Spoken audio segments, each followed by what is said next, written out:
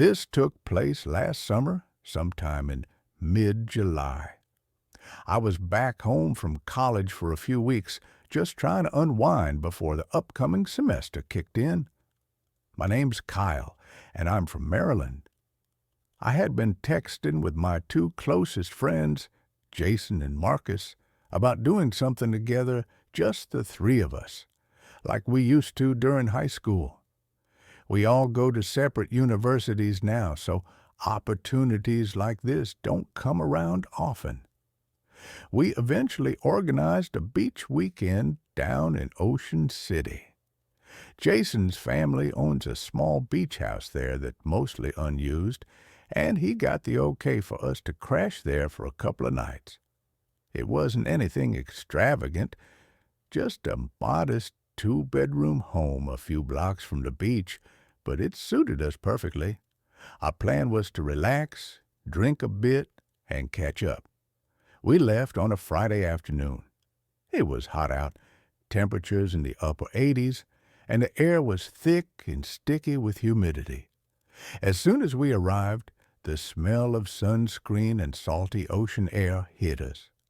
We spent the afternoon walking along the boardwalk, goofing off in arcades and watching people.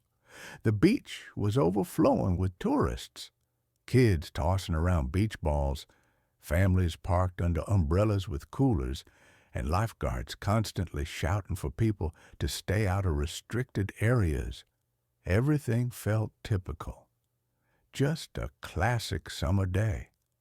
Later that evening, we returned to the house, fired up the grill for burgers, had a few drinks, and started some drinking games. By midnight, we were tipsy and restless. Someone, probably Marcus, suggested we head back to the beach. There's something oddly calming about being near the ocean after dark. The beach gets nearly deserted, the temperature drops, and there's a strange stillness to it. We didn't take much, just a few sweatshirts in case it got chilly, our phones, and a flashlight Jason grabbed from the kitchen. We weren't planning to swim or anything, just wanted to chill and maybe walk near the waterline. We walked down a side road onto the wooden boardwalk, then stepped down onto the sand. As expected, the beach was mostly empty. The waves were rolling in steadily, and the only illumination came from a few dim lights on the boardwalk and the moon, partly veiled by clouds. You could barely see where the ocean met the shore. We strolled along the edge of the surf, occasionally letting the icy water brush against our feet. We chatted, joked, and wandered aimlessly. Eventually, we stopped near one of the lifeguard stations, the tall wooden ones that get taken down after hours, and collapsed in the sand to stare up at the sky. That's when Jason noticed something.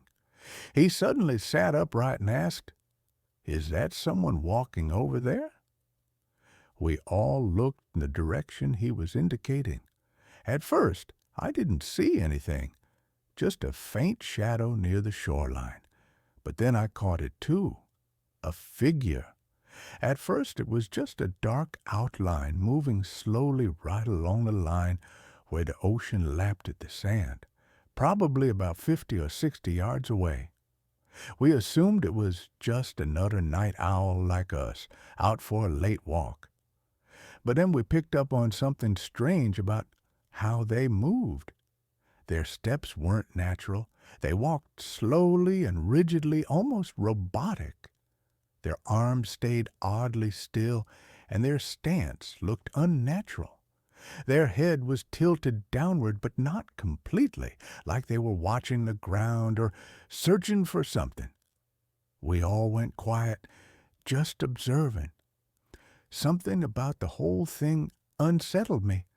I remember whispering, "What are they even doing?" Marcus guessed they might be looking for something they dropped. Jason made a joke about a drunk tourist searching for lost keys. We chuckled nervously and tried to shrug it off, but I kept glancing back at the figure. After a few more minutes, I realized they had stopped. They weren't moving anymore. Now they were just standing there and definitely closer, maybe 30 yards out.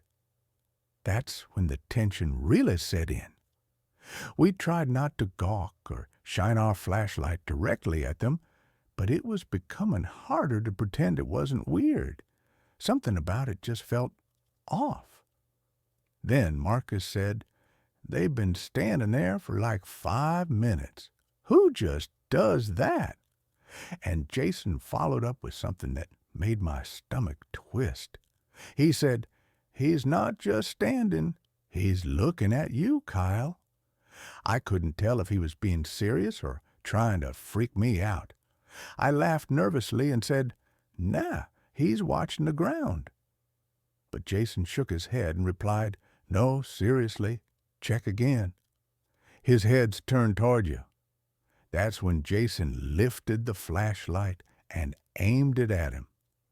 I didn't really want him to do that, to be honest, but he flicked it on and aimed the beam. The light hit the figure for only a second before the battery started dying and the beam began to flicker. But that second was all it took. I saw him. His skin looked pale, almost gray, and he wasn't wearing a shirt, just soaked jeans like he'd come out of the ocean. His arms dangled loosely at his sides. His head was cocked at an unsettling angle, not broken, just unnaturally tilted, and his eyes were wide open, bulging. The moment the light hit him, he exploded into a sprint. No pause, no hesitation, just went from total stillness to charging at full speed. It didn't even look real. He didn't start running. He launched forward. We all screamed and took off. No second thoughts. We just ran. I remember Marcus shouting, "Go!" behind me as our feet pounded through the sand. My lungs were burning, and adrenaline took over. We ran up the steps to the boardwalk and didn't stop until we hit the street. Only then did we dare to turn around. But he wasn't there. The beach was empty. No sign of him. Not even footprints. Just the steady sound of the waves rolling in. We stood there, frozen, trying to process what had just happened. None of us spoke much on the way back to the house. When we got there, we locked every window and door, shut all the blinds, and stayed up until daylight. None of us managed to sleep. I kept expecting to hear tapping on the glass or see that pale face outside, but nothing happened.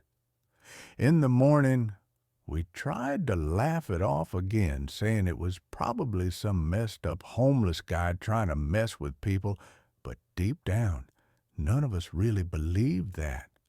The way he ran, the way he appeared out of nowhere, the absence of tracks in the sand, it didn't add up.